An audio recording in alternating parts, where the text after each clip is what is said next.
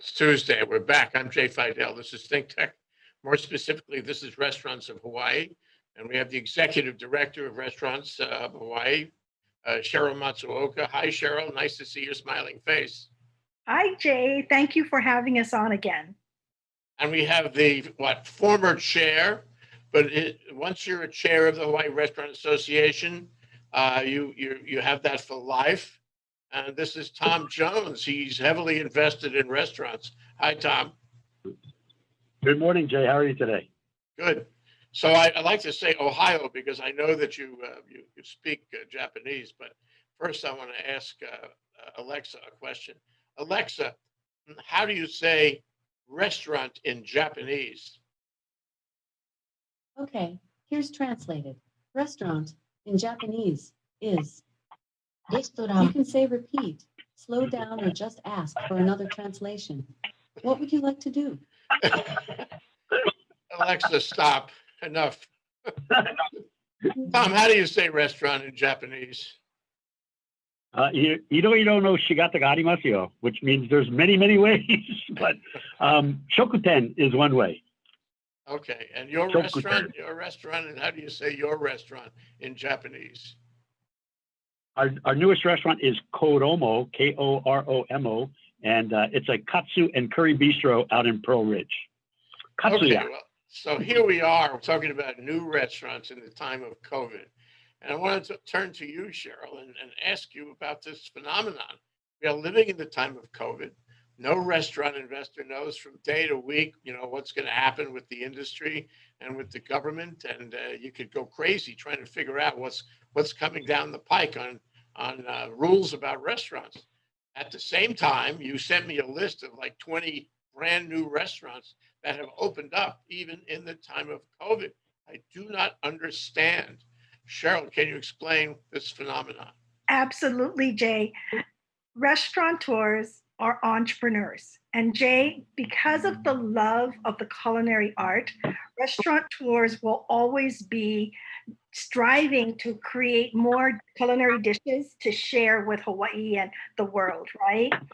Even during this relentless pandemic, and Jay, as you know, just yesterday, a new strain has hit Hawaii. Even with all of the uncertainty, as you said, I've been collecting a list and I get it. There's a lot of restaurants that have closed their doors. But Jay, I want to focus on today, all the restaurants that have opened their doors, and many restaurants who had shuttered down during our 2 shutdowns has also reopened. But today it's all about, it was a very difficult year. And even though the challenges that restaurants have with social distancing, the limited amount of people at a table, Jay, right now we're only allowed to have 5 people in a party per table. So even though all those challenges, restaurateurs know the rules of the game, and they're still willing to open up their doors and welcome in new patrons. So I had a list that I shared with Jay because I wanted him to know the impact and how many restaurants opened their doors. Jay, should I just mention a few? Yeah, would you? I'd like that. Sure. It was like Istanbul right over there in Ward, and there's Newts in Wailea and Kaimuki, and there's Heiho House. I invited Thomas Ray to be here today, but he couldn't. He had another conflict. He is also a partner in Square Barrels. There's also, there's so many restaurants that have decided to open their doors even during the pandemic. On my list, I have Mio Pastology over McCulley Street, Papa Kurt's, which is over by the St. Louis Clubhouse on Eisenberg, and Kapahale, which is in Kahala, that have opened their doors. And I want to introduce Tom Jones, who has years, he has, I want to say decades, and I asked him if it was okay to say that, but he said, yes, absolutely. Tom Jones has 5 decades of experience as a restaurateur and currently a partner, and not only Koromo, his most recent restaurant, but also in the Gyotaku Japanese restaurant. And Tom Jones is a past chair many times of the Hawaii Restaurant Association. And if anybody can share with our viewers, the challenges that restaurateurs go through And why do they keep opening up their doors knowing that there's going to be more challenges ahead? It's going to be Tom Jones. Yeah. Well, what an introduction, Tom. So Thank you very much, Sheryl. the significant question here is why. We could ask you that question 10 times why. Why 50 years in restaurants? Why continue during COVID? Why new restaurants? Why do you spend the time with the Hawaii Restaurant Association? There's a million whys. Let's begin with let's begin with why do people open new restaurants in the time of COVID? Well, I think the economy certainly has changed, but people's appetites have not. And so the entire population of the state needs to eat 3 meals a day pretty much. Where they eat them is really the trick or the answer to the question. And so there have been some restaurants that unfortunately, because of the financial situation, restaurants operate on a very slim margin. And so depending on their financial situation, they were not able to survive, the beginning of COVID. But there are still, operations that they have low rent or they don't have any rent, they own their building, what have you. They're able to still provide food and meals for folks. And I think the big change for us, as an industry has been the major shift from dine-in meals to takeout meals. And so typically your restaurants that are able to make the adjustment shifted from probably our restaurants we're doing probably about 85% dine-in and about 15% takeout. And now our takeout sales have increased by 400% and our dining room sales are down by 70%. And so we're still, and these are kind of national averages actually. So what, my restaurants are experiencing is similar to what you're seeing on the mainland as well and around town. So we have to have more takeout and we had to adjust with, online ordering and pick up new software and things like that. But we're making the adjustment. And so those that have been nimble and able to, handle the financial crunch are successful still. So if I'm a restaurant entrepreneur and I see all this happening, and I see it happening on the mainland, and I see the numbers you're talking about, it seems to me that I would open a restaurant like one of those pizza places with a counter. That's it, just a counter. You walk in the door, you take your food out and you leave, and I don't spend the rent on a dining space. So are people doing that, or are they hedging their bets with a sort of a bifocal kind of thing, where you can do both in the anticipation that soon enough we'll get back to dining? Yeah, I think if you look at the list of restaurants that Sheryl mentioned, they're generally relatively small restaurants, and they are able to handle the takeout business. And I do think, though, that there's an awful lot of pent-up demand. And if you look back to the previous century when we had the pandemic, and then immediately after the pandemic, you remember the Roaring '20s? Well, I heard this morning on a national conference, dealing with restaurant economy, that they're anticipating a second Roaring '20s in this century. So, look out 2022. I think, people are really dying to get back into the restaurants and commune and share stories and all of that. So the restaurants that are able to adjust and stay in the game till later this year or into the next year, I think stand a chance of being very, very successful. Yeah, that's a good point. I wonder if for the benefit of our viewers and listeners, Tom, if you could just tell us what day that would be.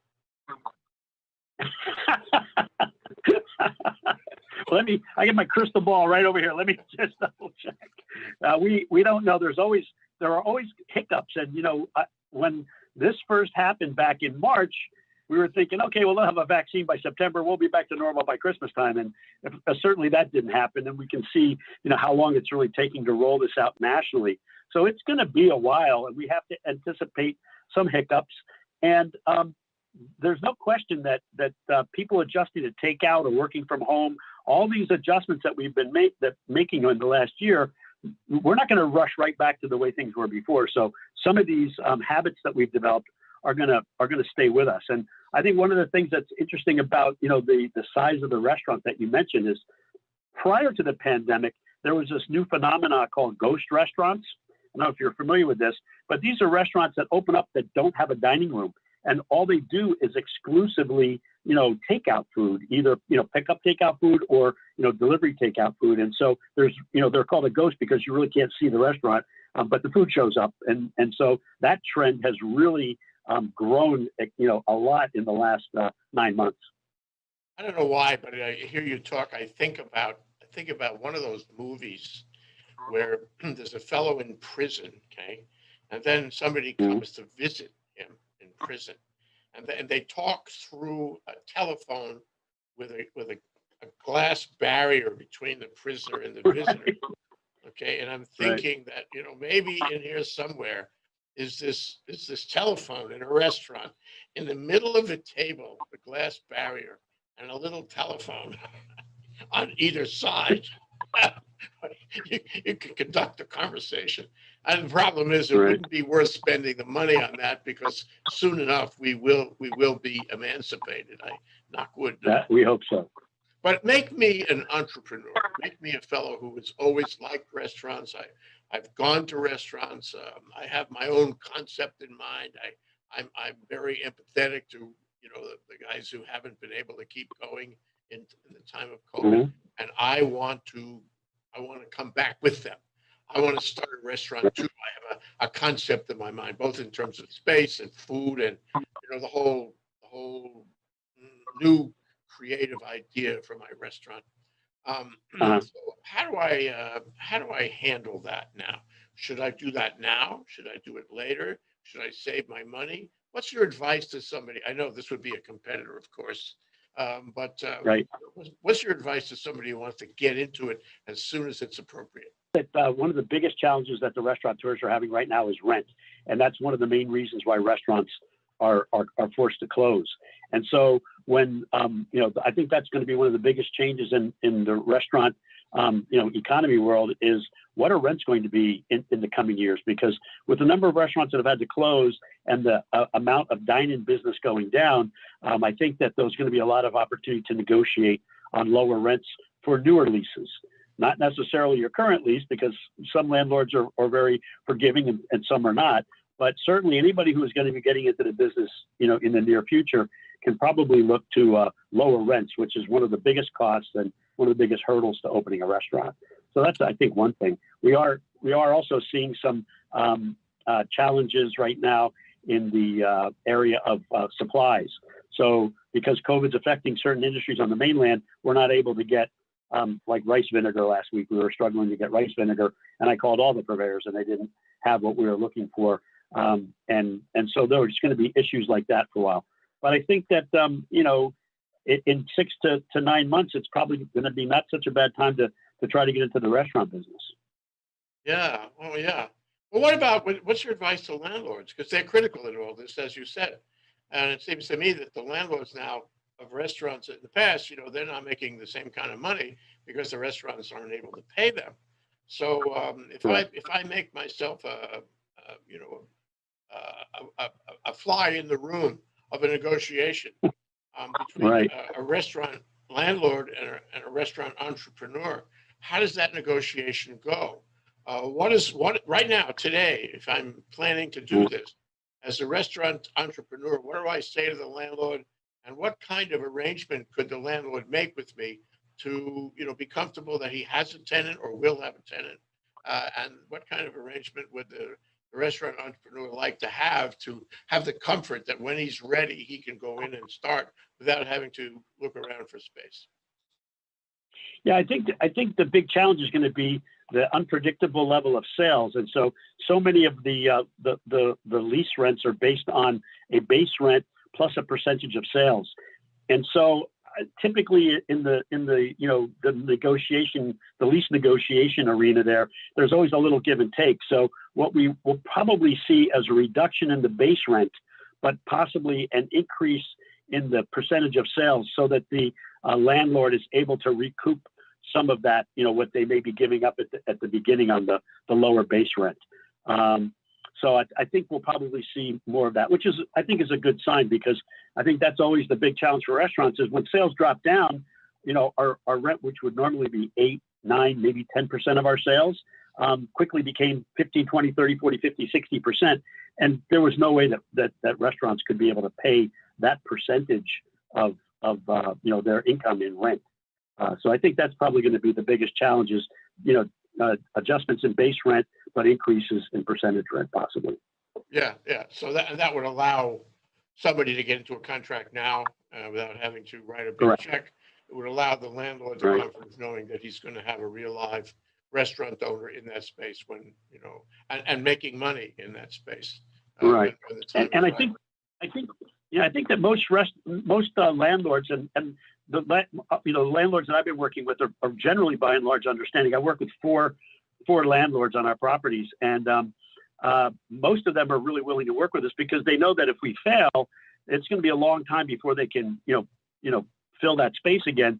And not only would they lose the income that they would be getting from us, but typically in Hawaii we have what we call triple net leases, where the restaurant pays the real property taxes, and so it's, in addition to losing their income, the landlord would also be then having to pay money on a semi-annual basis to pay their RPT, and that's not going to help anybody out either. So I think landlords by and large would be very wise to work with their tenants and help them through this so that there's a constant flow of income, and then work with them to make up the differences later on or give them a break along the way. There's also some federal and city and county opportunities too to get grants to help cover rent as well. So they should explore all those opportunities. They should. And the worst result is when the restaurant closes. Because when the restaurant closes under the stress of COVID, you're leaving behind all of that plumbing, right? All the drainage systems. You're leaving behind, a deteriorating asset. I mean, I don't know. I'm Right. sure you've seen what happens if you abandon a restaurant and then come back Right. in like a month later. It's a wreck. That space is a wreck, and it deteriorates and all That's kinds of interesting. things. Yeah. Right. So, and the landlord does, really, it's not in his interest to have that month go by. And Correct. he's either going to have to completely demolish the space and rebuild it later, or try to keep somebody in there who will maintain it. It's like a ship. Right. It's like a ship. If you leave a ship at the dock and do nothing with it, it costs you a fortune to maintain it, because these are organic enterprises. And if you don't, Right. if you turn your back on it, it's really bad for everyone. I also wanted to ask you about something you said about, how there was this pent up demand. I find that a very interesting phenomenon. And I'd like to just confirm a couple of things about that. I believe that in Hawaii, people eat out more than in other locations, except maybe overseas. Maybe in Asia they eat out a lot too, and maybe in Europe. But as opposed to the mainland, we eat out a lot, and I sure agree that that people, if they had the chance, they would eat out. And so I guess what I'm asking is, can you break that down? What kinds of restaurants would have the most significant benefit if we let them all come back in, let all that pent up demand happen in Hawaii? Are they going to be looking for Japanese restaurants? Are they going to be looking for fast food? Are they going to be looking for high-end, expensive restaurants? Where is that demand going to go? Well, I think it's going to go across all those spectrums. The restaurants that'll be the busiest are the restaurants whose customers can afford to eat out. And so what we see a lot of times, like, we went through 9/11, and so that was a very challenging time for us. And what we experienced during that time, my restaurants, the Gyotaku restaurants, are kind of in the middle of the market. So we found a lot of our customers that would dine with us, once a month, but, eat at higher end restaurants frequently, would trade down into our area of the market. And so we picked up a lot of high end restaurants. And then during, really good times, people, from the bottom side will kind of shift up and eat out a little bit if things are going well for them. So I think the big area, that's the big question mark, is going to be tourism, because we have so many restaurants that are in the tourism sector, and they're going to be probably the slowest to recover, generally speaking, because it's going to, their customers are by and large tourists. So I think that's going to be the area of the market that lags the most. And unfortunately, the employees and the people that work in those restaurants don't have regular steady income, and they eat out also. So where they would normally eat will be affected by their inability to dine out on a regular basis as well. So we'll see how that plays out. But the sooner we can get our hotel and restaurant workers vaccinated, and the airline folks vaccinated, and we can get the tourism industry moving along, that'll be a really, really big help to, bring, return to normalcy, if you will, to the entire, restaurant industry. But I think shortly you'll see that the local restaurants that cater to the local customers will probably rebound the fastest. Yeah, I have an image in my mind of a restaurant with those 5-seat tables, okay? And then somebody is enthusiastic about coming back to restaurant living. And he calls 4 of his local friends. And he says, have you been overseas? What's your temperature? You have any symptoms at all? And have you been vaccinated? Have you been vaccinated more than, say, a month ago? And if you pass my little test, you can come and join me at my 5-seat table, because then I won't have any issues at all. Now, that's an exaggeration, of course, but it seems to me that level of comfort would really allow people to come back, local people who know each other, come back and have a social and restaurant experience in the intermediate term before we are able to deal with the tourism and all that. Don't you agree? So we want to be ready for that. Correct. Right now, restaurants are already, moving to outdoor dining. So you'll go around town and you'll see tents outside of restaurants. I think Murphy's has some outdoor dining now. I saw another restaurant that had a big tent, next to their restaurant the other day.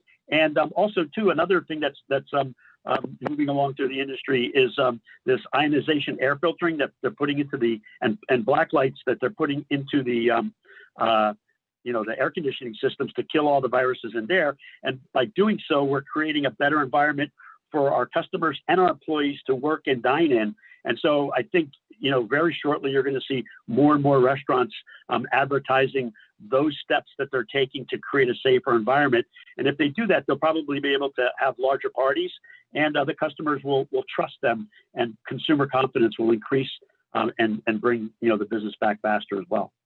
Yeah, but it's more than consumer confidence, although to me, that's central. Is right now we have a lot of people who have no money. They haven't had jobs, and they could be a substantial part of the restaurant population, the restaurant goers in our state. So when we get back, if they have jobs, they'll have some disposable income to spend in restaurants.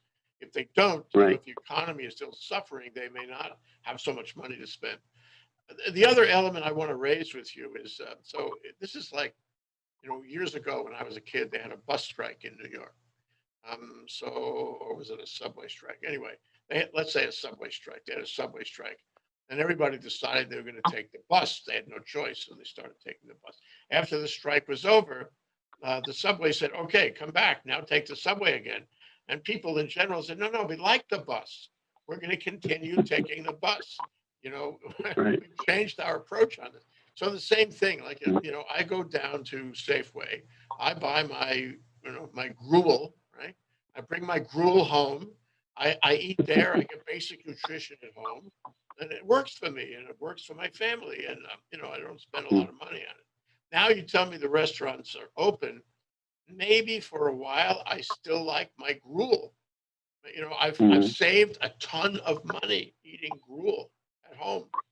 So the question is, how do you deal with that? You've still got to attract them back to the romance and the social engagement of the restaurant, because they may have found another way that they believe works for them, and unlimited means that's appealing to them. So you need to take affirmative steps, don't you, to bring them back? Oh, absolutely. You'll see a lot of advertising and a lot of deals and discounts and coupons. And I think you're very right. A lot of people said that the millennials really didn't know how to cook, and they're out dining all the time and eating out and so forth. And now they're forced to stay home. And so I'm hearing about all these millennials that are actually learning how to cook for the first time, and they're actually really enjoying it and getting into it. And so I think you'll see that also too, the rise of the meal kit business on television, where you can, get the food delivered to your house. It's all ready to go, but you cook it yourself. And so I think you're going to see more of that. And restaurants are actually dipping into that market as well. So you'll see, a meal kit, restaurants offering, dine in, take out, or a meal kit, and you can, cook food on your own. But I think by and large, especially in Hawaii, one of the reasons why people eat out here so much is because of the economy forces so many people to have 2 jobs. And so they really don't have the leisure time, to do fancy cooking or enjoy cooking on their own, or even just, put a meal together. They're grabbing a bite between, one job and the other job, or they got to figure out how to feed their whole family. And so dining out is a pretty, and actually it's quite economical. When you take a look at the cost of food in the grocery store, and by the time you have leftovers and all that, you can eat at a moderately priced restaurant for a pretty good value. So I'm confident that they'll be back in droves. That that social experience will prevail, and they'll want to be with their friends and family again.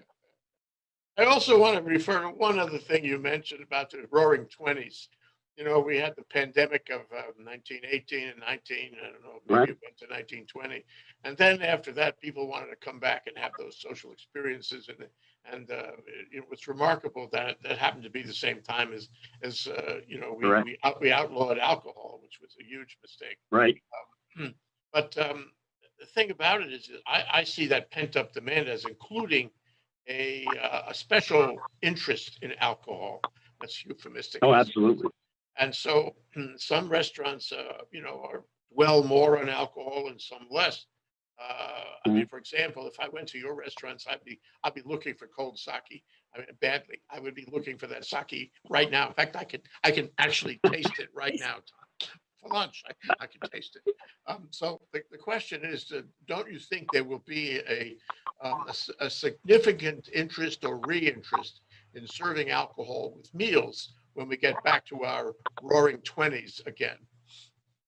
Oh, no question about it. And it's really unfortunate that, so many of the bars and the restaurants that have, higher levels of alcohol service are not doing well right now. I think they're probably one of the most hardest hit areas of the market. And part of it's due to the fact that once people start drinking, they lose their inhibitions a little bit. And so it's a little harder to comply with your social distancing regulations. But I'm more confident that the bars will be successful or more successful after this is over than the restaurants, because there are a lot of people that just want to get out there and have fun and drink and party, if you will. And so the bars are going to make a big, comeback when this is all over. It strikes me that in your restaurants, you'd be the kind of personality, especially with your Japanese language skills, who walks around and says hi. The host, so to speak, of the restaurant. Do you do that? Because I can envision you doing that. I do like to walk through the restaurant and touch base with my guests. Quite a few of them I know personally. They're friends or they've become friends over the years.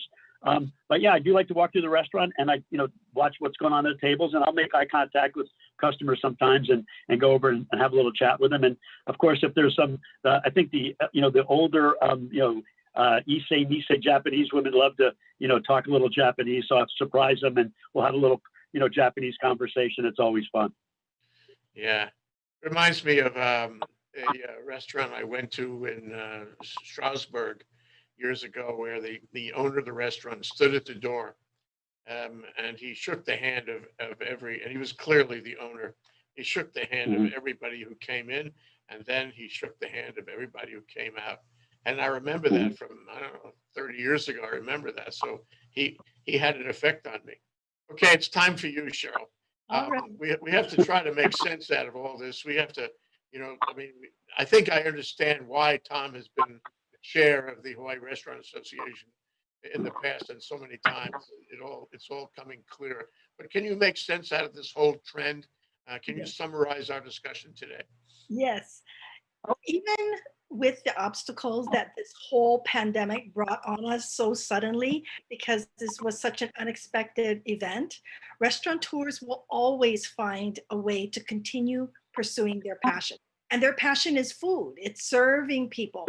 restaurateurs enjoy seeing the pleasure that people enjoy their meals. So restaurateurs are entrepreneurs, and even during a pandemic, restaurateurs are continuing to open up their dining rooms. So please, everyone, come back and enjoy our dining rooms. And we can't wait to enjoy a meal with you again. We are the Hawaii Restaurant Association. We are the voice of Hawaii's restaurants and food service industry. And if you have any questions, please reach out to us at our website. Thank you, Sheryl. Sheryl Matsuoka, Tom Jones, thank you so much for joining us today. It really does clarify things. And for me, I'm going to go have a little glass of cold sake right now. Thank you so much. I'll see you in the restaurant.